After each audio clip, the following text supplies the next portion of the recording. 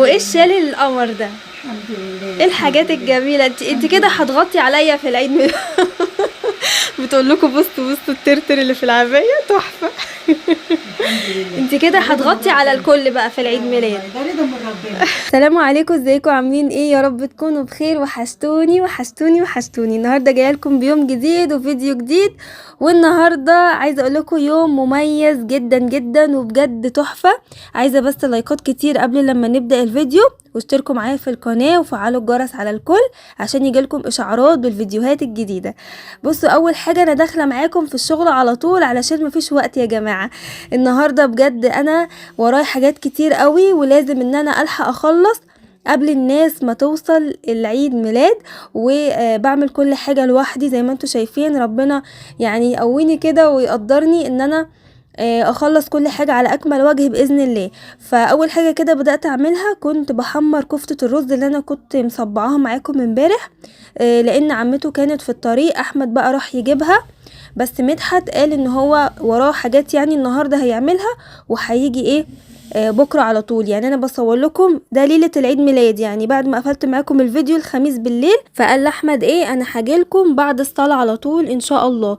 وعايزه اقول لكم ان بابا وماما المفروض كانوا جايين الخميس النهارده، بس للاسف ماما تعبانه وهي جايه العيد ميلاد والله عشان خاطر يعني العيال وعشان خاطري. فقالت لي معلش اعذريني، انا هجيلك برضو ايه الجمعه، مش هقدر اجيلك ايه الخميس.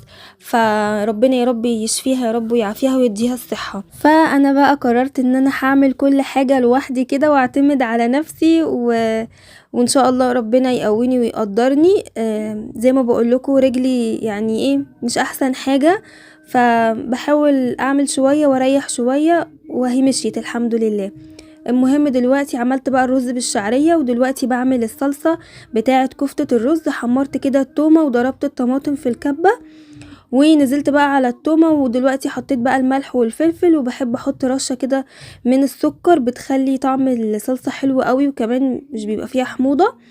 واول لما تبتدي تغلي معايا بقوم نازلة بقى بالكفتة.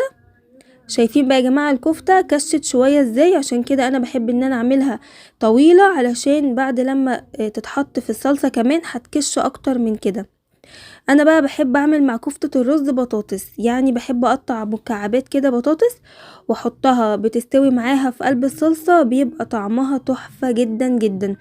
بس مش بحطها دلوقتي، يعني بستنى كده لما الكفتة تغلي غلوتين 3، بعد كده بنزل ايه بالبطاطس.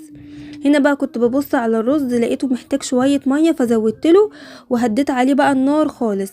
عايزة بقى ايه احط شوية صلصة كده عشان تخلي اللون يعني بتاع الصلصة كده احمر وحلو. وهنزل بقى كده البطاطس عليها وهزود لها بس كده شوية مية وخلاص كده ايه تبقى جاهزة معايا. هوطي عليها واول لما هتتسبك ايه هطفي. تعالوا بقى دلوقتي نبتدي نحضر الاكلات اللي احنا المفروض هنعملها للناس اللي هتيجي العيد ميلاد ان شاء الله.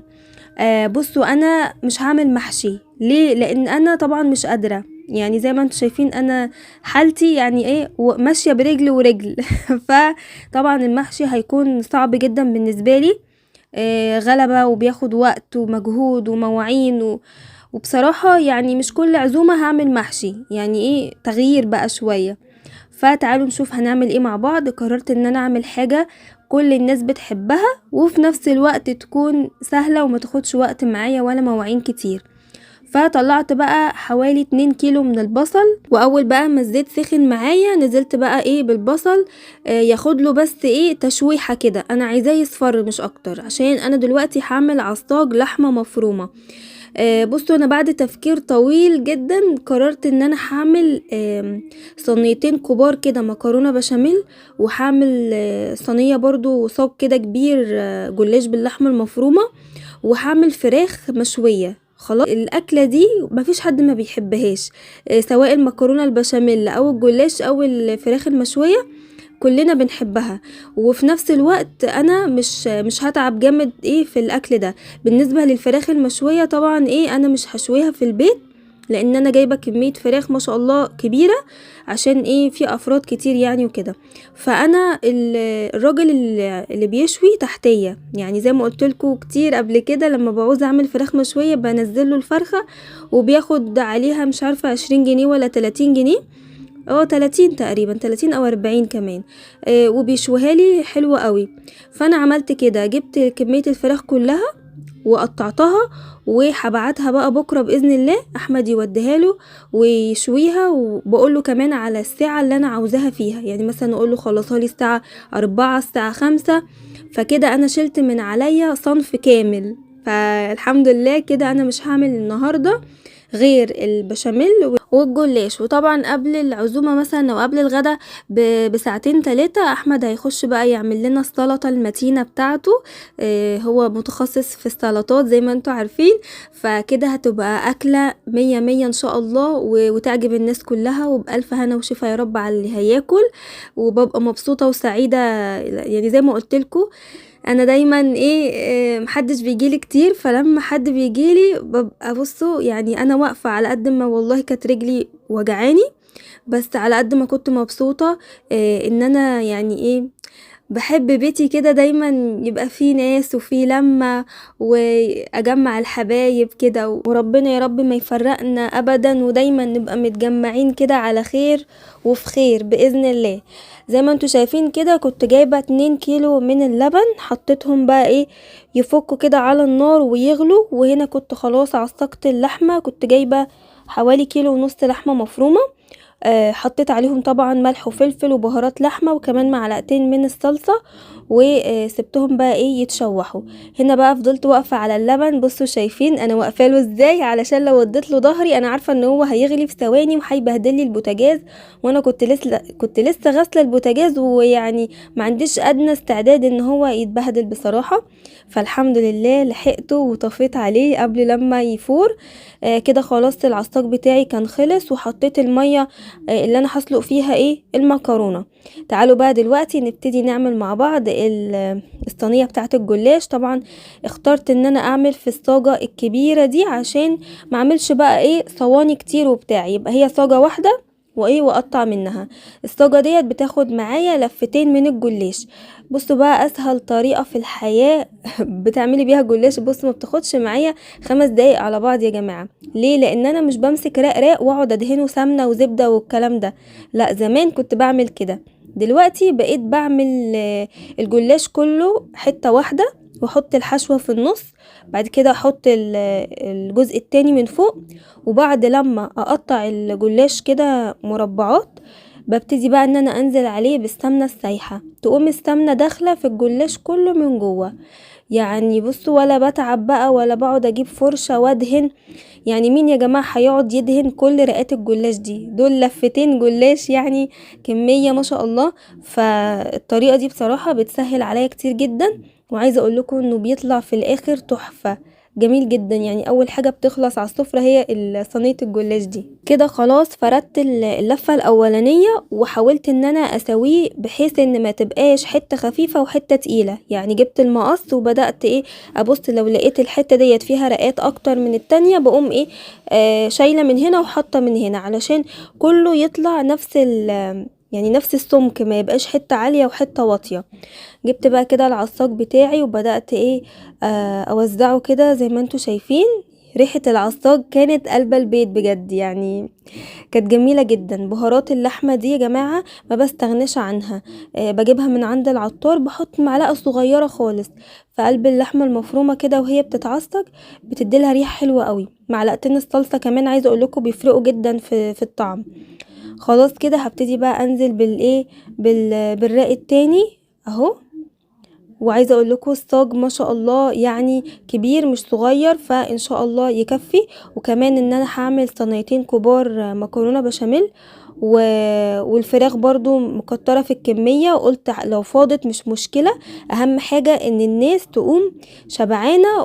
وعادي الاكل اللي بيفيد ما بيترميش، انا ما برميش اي اكل، حرام طبعا. في ناس مش لاقيه اللقمه يعني، فاي اكل بيفيد احنا بناكل الاكل البايت عادي جدا يعني. حتى عيالي معودهم على كده، يعني الاكل البايت يتسخن ويتاكل مفيش اي مشكله. خلاص كده المية غليت، هبتدي بقى انزل بالمكرونة. عندي دول حوالي 3 اكياس من المكرونة. طبعا المكرونة بعد لما بتستوي حجمها بيتضاعف، فحطيت كده الملح وشوية زيت وخلاص. لازم شوية الزيت دول عشان المكرونة ما تعجنش وتلزق في بعضيها بس. وديت لها تقليبة وخلاص كده كانت اتسلقت، وحطيتها بقى كده تحت الحنفية. في نفس الحلة بقى حطيت حوالي 3 معالق كبار من السمنة البلدي، وعليهم شوية زيت ذرة عشان انا ما عنديش زبدة. يعني انا متعودة اعمل البشاميل بالزبدة، بس انا ما عنديش غير سمنة، فحطيت سمنة على زيت. وبعد كده نزلت بقى بحوالي 5 معالق كبار كده من الدقيق، وهسيبهم كده يتحمروا شوية. واول بقى ما الدقيق بتاعي كده احس ان هو اتحمر شوية، هنزل بقى باللبن واحدة واحدة، مش كل مرة واحدة علشان ما يكلكعش مني. يعني شوية، بعد كده اول لما الاقي اللبن اتشرب هنزل بحبة كمان، وهكذا. الطريقة دي انا متعلماها من زمان من سالي فؤاد، الشيف سالي فؤاد. طبعا عارفينها، انا بحبها جدا، فهي اللي علمتني طريقة البشاميل دي. بصراحة بيطلع معايا كريمي ومفهوش اي كلاكيع خالص. بصوا بنزل بحبة لبن صغيرين واقلب بالمضرب كده.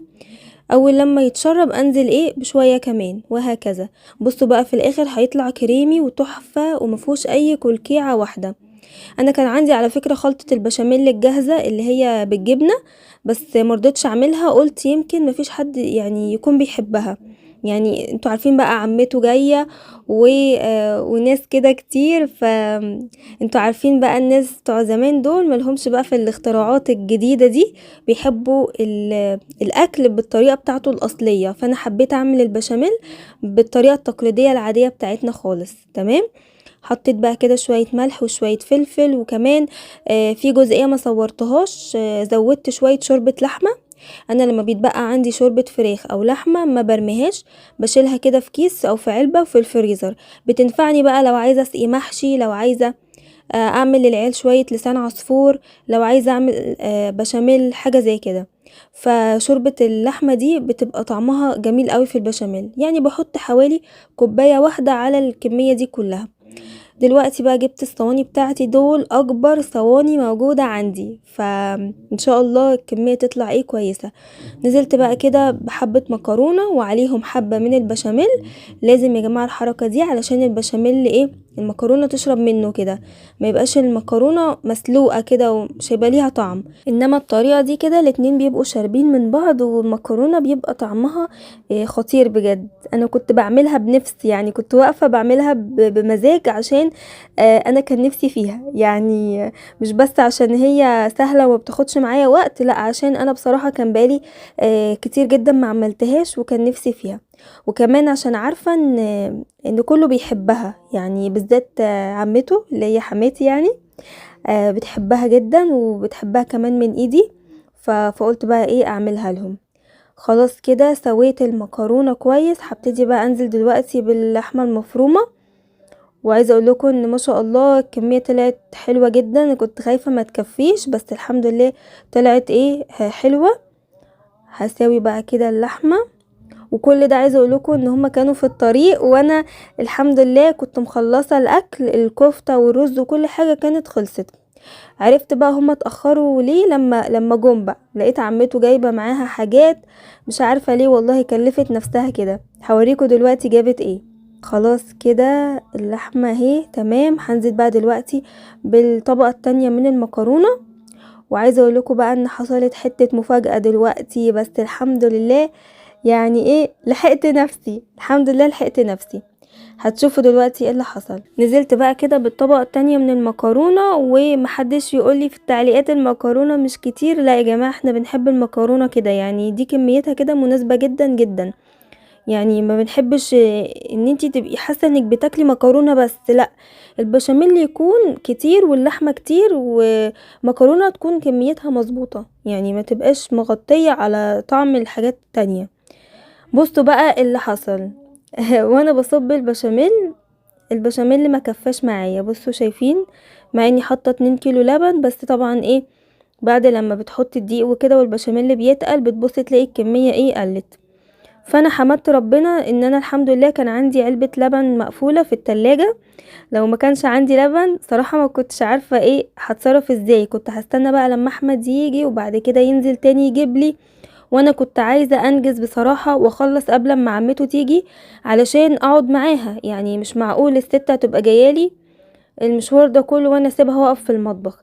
فالحمد لله لحقت نفسي وقمت ماسكه علبة اللبن وعملت بيها بشاميل تاني، والحمد لله ظبطت الدنيا، والبشاميل بقى كتير اهو الحمد لله. وبص بقى شكل الصواني ايه خطيرة. دلوقتي بقى انا مش هحط الجبنة الموتزاريلا، يعني الجبنة الموتزاريلا دي هحطها بكرة لما اجي اسوي الصواني، يعني قبل لما ادخلها الفرن على طول هقوم بقى رشة الجبنة ومدخلاها على الفرن. انا بس ايه بخلص الحاجات التقيلة علشان بكرة لما الناس تجيلي ما اقفش في المطبخ. انا عايزة اشطب المطبخ واروق الشقة قبل ما الناس تيجي بكرة عشان ابقى فاضية بقى ان انا اقعد معاهم واشوف بقى هلبس ايه والبس العيال. يعني ايه هيبقى وراي حاجات كتير بكرة، فعشان كده قلت اخلص من الاكل كله النهاردة وافضي نفسي يعني. تمام. اهم حاجة النظام، يعني تبقي منظمة في دماغك انت هتعملي ايه، ما تبقيش سايبة الدنيا يعني سداح مداح كده وسايباها بالبركة. لا انا بحب بصراحة ابقى مرتبة واشوف هعمل ايه ورايا ايه والوقت هيكفي ولا مش هيكفي. بحب انظم وقتي يعني. المهم كده خلاص غطيت الصواني مستنياها بس تبرد وهدخلها التلاجة. وبصوا بقى عمته حبيبة قلبي جابت لي ايه وهي جاية، والله كلفت نفسها جامد. وانا جايبة تورتاية كبيرة والله وحاجات كتير، بس لقيتها جايبالي دستتين من الجاتو. بصوا شايفين اشكالها حلوة حلوة حلوة يعني تحفة بصراحة جميلة جدا. شايفين يا جماعة شكل الطرط وجماله، انا الطرط ده انا لازم اخد واحدة منه ماليش دعوة، ويغور الدايت في 60 داهية دايت ايه وبتاع ايه يا جماعة.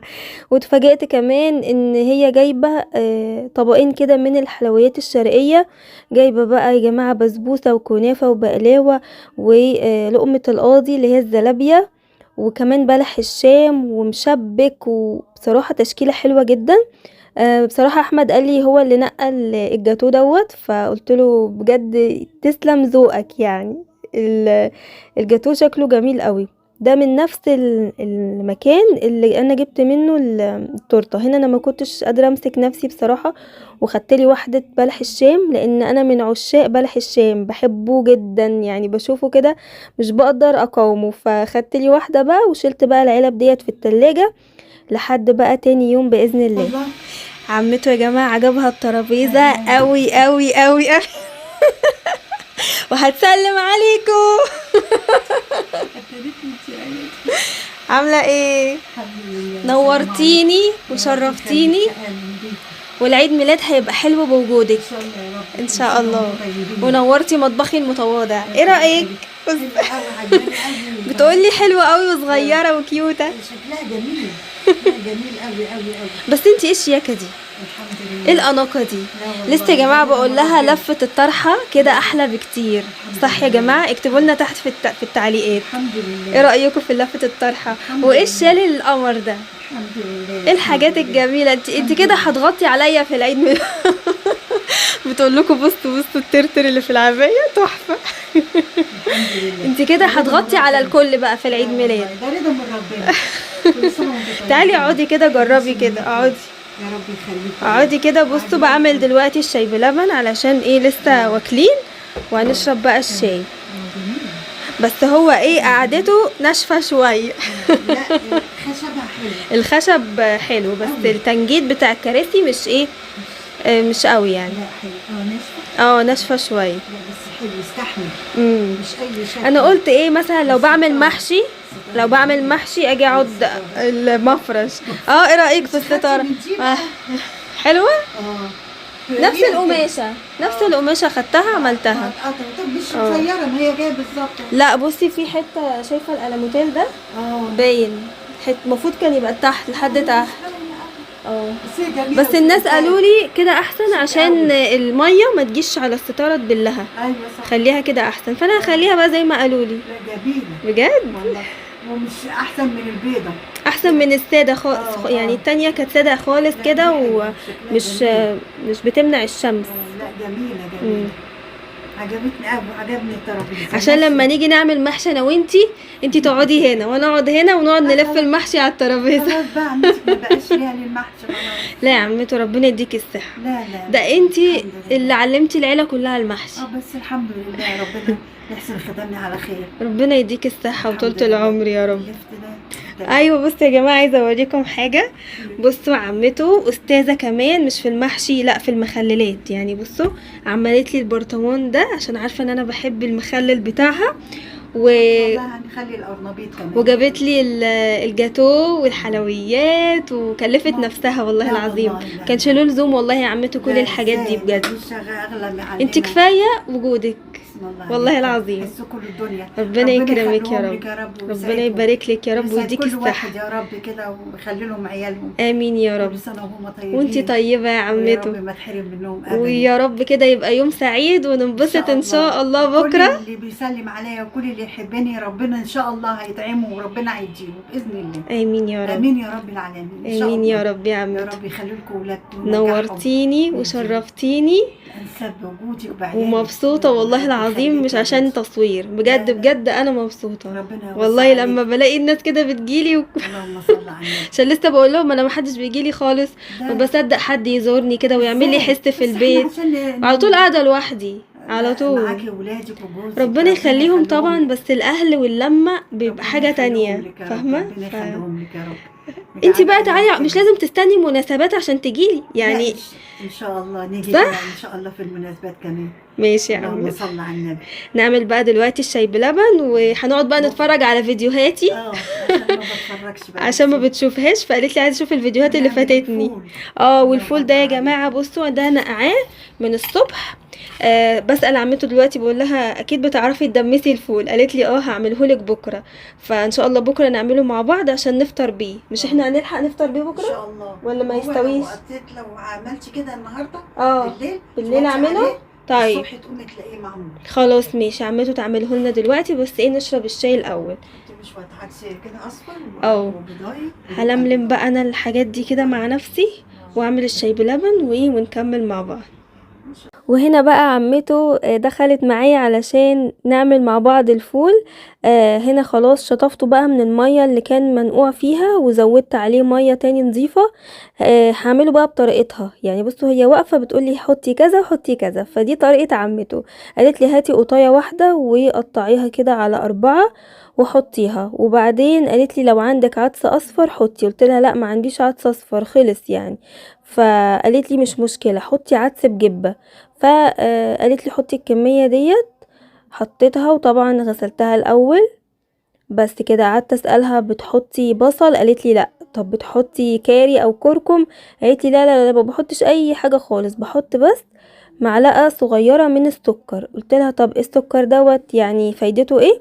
قالت لي السكر ده بيسرع التسويه بتاعه الفول ما تخليهوش ياخد وقت على النار بس كده. يعني مفيش اي اضافات تانية. فبصراحه الطريقه سهله جدا جدا. طماطم وعدس وشويه سكر وخلاص على كده. قالت لي بقى دلوقتي سيبيه يغلي غلوتين 3 كده واول لما يغلي تقومي موطيه عليه شمعة وتسيبيه بقى مع نفسه 2 3 كده لحد لما يستوي. تعالوا بقى دلوقتي لأهم وأحلى فقرة في الفيديو كله وهي فقرة الزينة. طبعا شفتوا معايا الزينة اللي احنا اشتريناها مع بعض امبارح في الفيديو. وهنا بقى جه دور أحمد. ربنا يا رب يخليه لينا ويبارك في عمره. كان والله واقف مبسوط وعمال يعمل أفكار جميلة. فأنا كنت نفسي والله ان انا اقف اساعده بس زي ما قلت لكم يعني رجلي مش بقدر اقف عليها كتير. هو بس بيسألني يقولي احط دي فين احط دي فين وانا يعني زي واخده دور الاشراف فاهمين. فبدأ ان هو يعلق الفروع. وهنا بقى الفروع الصفرة دي لقيته حاططها كده على النيش. قلت له لا يا احمد دي ما بتتعملش كده. دي بيبقى جواها سلك تمام. السلك دوت بتقدري ان انتي تشكلي بيه اي شكل. فانا جبته كده وفضلت الفه داير ما يدور على ايدي بحيث ان انا لما افتحه يبقى نازل عامل يعني لولوة كده. هتفهموا قصدي دلوقتي اهو. فهمتوا قصدي ان هو يبقى نازل ملولو ما يبقاش نازل كده ملوش ملامح. يبقى عامل شكل كده حلو. طبعا عمته بقى كانت قاعدة منورانا وقاعدين بقى، والله يا جماعة كانت قاعدة جميلة جدا. طبعا احنا هنا كنا تاني يوم يا جماعة، ده يوم الجمعة النهاردة، في انتظار بقى الناس تيجي، بس الكلام ده كان قبل الصلاة، فطبعا كان لسه محدش جه. كل اللي هيجي هيبدأ ان هو يجي ايه بعد الصلاة كده على الساعة 2-3 كده ان شاء الله. وهم هناك في اسكندرية برضو هيتحركوا بعد الصلاة. هنا بقى احمد بعد ما علق الفروع كلها، ويوسف بقى مش قادره اوصف لكم، كان فرحان جدا جدا جدا. اما يحيى بقى يا جماعه، يحيى مش مقتنع ان ده عيد ميلاده، بيقول لي يا ماما خلاص انتي عملتي لي عيد ميلادي وانا فرحت بيه وفرحت بالهديه، واحلى هديه جات لي في حياتي اللي هي الباسبور يعني وكده. فخلاص ده العيد ميلاد ده بتاع يوسف. وانا عماله اقول له يا حبيب قلبي العيد ميلاد ده بتاعك انت ويوسف، عشان انت عيد ميلادك ما كانش كبير ولا كان فيه زينه ولا كان فيه ناس ولا كان فيه حاجه. فبيقول لي لا انا انبسطت قوي بعيد ميلادي وكان عاجبني، فده عيد ميلاد يوسف. فهو مش عايز يقتنع، مش عارفه ليه. طب ما تفرح يا ابن الكئيبه ما تفرح بالعيد ميلاد. كنت عايزه ارد على كومنت جالي امبارح، واحده بتقولي طب انت ليه ما جبتيش شمعة ليحيى وجبتي بس ليوسف؟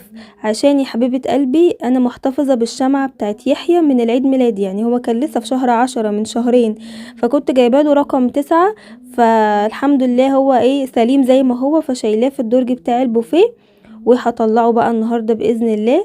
هحط الشمعتين مع بعض، رقم 3 ورقم 9. دلوقتي بقى هنبتدي ان احنا نجيب البلالين ونعلقها. وعايزه اقول لكم الشكل النهائي للريسبشن طلع روعه بجد، والله الحمد لله. ما كنتش اتخيل ان الزينه اللي احنا جبناها، مع انها بسيطه والله، يعني احنا ما جبناش حاجات كتير، بس تحسوا كده فيها بركه من ربنا سبحان الله. مع ان عايزه اقول لكم ان كان في واحده متفقه معايا ان هي عايزه تيجي، يعني هي اللي كلمتني من فتره كبيره، من ايام لما كنت في العمره، كانت مكلماني وقايله لي انا عايزه اجي اعمل ديكور عيد ميلاد لولادك وكده. قلت لها خلاص ان شاء الله قبلها هقولك. وقلت لها، وسبحان الله طلع ان في اليوم بتاع عيد الميلاد هي عندها ظروف وقالت لي مش هقدر اجي. وانا كنت عامله حسابي ان خلاص هي اللي هتعمل ديكور العيد ميلاد وبلالين وحاجات زي كده، وعلى اخر لحظه اعتذرت. فطبعا انا ما كانش قدامي اي حل غير ان احنا اللي نجيب الزينه ونعملها بنفسينا. وعايزه اقول لكم طلعت احلى من ما كنت اتخيل، يعني لو كانت اتعملت بالديكور اللي انا كنت عايزاه ما كانتش هتطلع حلوه كده. احلى حاجه بجد الاشكال اللي احنا كنا بنعملها زمان في اعياد ميلادنا القديمه، الحاجات دي هي اللي بتحسسني فعلا بالروح بتاعه العيد ميلاد. يعني انا في اعياد ميلادي وانا صغيره كانوا بيعملوا لي نفس الزينه اللي احنا بنعملها دلوقتي دي واكتر كمان. يعني هي دي، عارفين، الزينه الاصليه بتاعت زمان الجميله بتاعتنا. طبعا الحاجات الجديده اللي طالعه جميله وكل حاجه واشكالها برضو تحفه جدا، بس دي برضو حلوه مش وحشه، يعني انا شايفاها مبهجه وكلها فرحه بصراحه. هنا بقى بدأنا نعلق البلالين، واحمد عامل فكره حلوه جدا جدا يا جماعه. بصوا جايب كده السوليتيب، وجايب زي فتله بتتباع بكرة كده بيبقى فتلة بلاستيك، وربط بيها البالونة ولزقها، وبينزل منها كده شريط سلوفان. برضو الشريط دوت بيبقى موجود عند المكتبات، وملولوها كده بيعملها بالمقص ويلولوها، بتدي شكل حلو قوي قوي. بصوا نازله من السقف كده جميله، اكنك عامله بلالين هيليوم، بس هي يعني مربوطه بس الرباط مش باين، الفتله دي شفافه، فشكلها روعه بجد. تسلم ايدك يا احمد على الافكار الجميله اللي انت بتعملها. طبعا احنا كده لسه ما خلصناش ده كده، يعني خلصنا تقريبا النص بالظبط، لسه بقى النص التاني، ولسه في بلالين باللون الاسود دي هنطعم بيها بقى في الاخر. بس زي ما انتوا شايفين شكل الريسبشن اتبهدل جدا، والناس خلاص كانت على وصول. فانا دلوقتي مضطرة ان انا انهي معاكم الفيديو لحد كده، علشان اخش اغير هدومي. قبل ما اغير هدومي طبعا هروق البيت واروق المطبخ واظبط الدنيا، بعد كده اخش اغير هدومي عشان ابتدي ان انا استقبل الناس اللي هتيجي. او عايزه اقول لكم ان احنا كمان طلعنا السماعات الاستيريو من تحت السرير، علشان بقى لما نيجي نشغل اغاني العيد ميلاد وكده تبقى صوتها عالي بقى كده وحلو. عايزاكم بقى تقولوا لي رايكم في الزينه. ولسه كمان الفيديو اللي جاي هوريكم بقى الشكل النهائي. والفيديو الجاي يا جماعه ان شاء الله هيكون فيديو العيد ميلاد متقلقوش، هيكون بقى العيد ميلاد، وهصور لكم بقى المفاجاه اللي جايه. مفيش حد توقع صح تقريبا، فانا مبسوطه ان محدش توقع عشان كلكم تتفاجئوا. فبس كده، ده كان الفيديو بتاعي النهارده. استنوا بقى بكره فيديو العيد ميلاد. مع السلامه. عيد ميلاد الليله مين؟ عيد ميلاد سوفا. كل سنه انتي طيبه. النهارده عيد ميلاد مين؟ البالونه دي بتاعت مين؟ الله، هتقول ايه النهارده؟ سمعت؟